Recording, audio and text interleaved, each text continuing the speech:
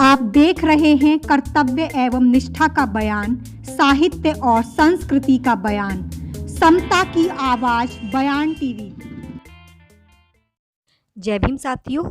Lungs में infection होने के कारण कैलाश चंद चौहान जी का दिन के 1 बजे परिनिर्वाण हो गया। ये एक कुशल संपादक के साथ साथ उपन्यासकार भी थे। नए युवाओं को आगे बढ़ाने के लिए चौहान जी ने कदम प्रकाशन की शुरुआत रोहिणी नई दिल्ली से की। विश्व पुस्तक मेला हो या दिल्ली पुस्तक मेला में चौहान जी अपनी उपस्थिति कदम प्रकाशन के रूप में दर्ज कराते थे। 49 वर्षीय कैलाश चंद चौहान का हमारे बीच से चले जाना दुखद स्थिति है। इस दुखद भरी स्थिति को पूनम तुसामन बयां कर रही हैं कि हमारे अभिन्न मित्र डॉक्टर कैलाश चंद चौहान अब हमारे बीच नहीं रहे। आज दोपहर खबर मिली कि हृदय गति रुक जाने के कारण उनका अचानक देहावसान हो गया। ये समस्त दलित समाज और साहित्य के लिए बेहद अपूर्णीय क्षति है। कैलाश जी न केवल एक सहज सरल इंसान थे बल्कि हमारे बहुत अभिन्न मित्र भी थे। एक जाने माने रचनाकार थे जिन्होंने 3 उपन्यास दलित साहित्य को दिए और तीनों ही बहुत चर्चित रहे। भंवर, विद्रोह और संजीव का ढाबा, तीनों उपन्यासों ने एक बेहतरीन पहचान बनाई समाज में। उसके अलावा अनेक कहानियाँ उनकी अलग अलग पत्रिकाओं में प्रकाशित हुई। कैलाश जी ने बहुत कम समय में वो करके दिखाया जो करना शायद कई बार लोगों के लिए बहुत अच्छी स्थितियों में भी मुश्किल होता है। उन्होंने अपने दम पर ज़मीन से उठकर बिल्कुल अपने दम पर प्रकाशन खड़ा किया जिसका नाम कदम प्रकाशन, जो हम सब जानते हैं।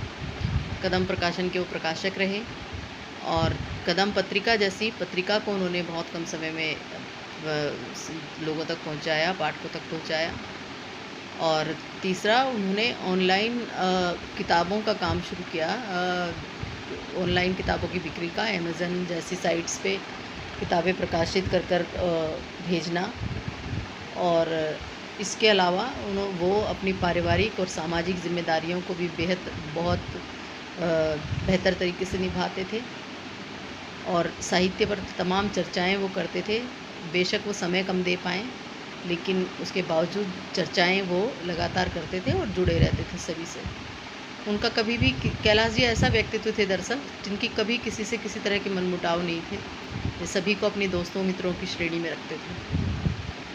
सभी के समय पर मदद के लिए खड़े होने वाले इंसान, सभी के प्रति सकारात्मक दृष्टिकोण रखने वाले इंसान, एक सहज लेखक, एक सामान्य पत्रकार की तरह से खबरें बताना और देना और कई बार लोगों को बहुत बड़ी बड़ी समस्याओं से वो बेहद अपने सकारात्मक दृष्टिकोण के कारण निकाल लेते थे।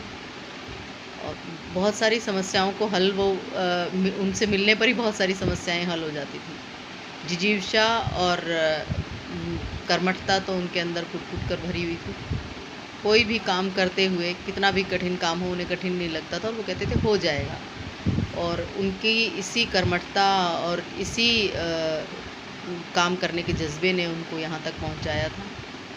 आज कदम प्रकाशन और संपूर्ण साहित्य समाज और कदम पत्रिका के संपादक के रूप में जो उन्होंने एक मुकाम हासिल किया, सब जगह खाली नज़र आ रही हैं। पता नहीं कि समय इस सदमे को, इस दुख को कैसे अपनी तरह से भरेगा, लेकिन अभी हम सब इस दुख से, इस आहत करने वाली खबर से बेहद दुखी हैं। हमारी सारी संवेदनाएं कैलाश जी के परिवार के साथ हैं।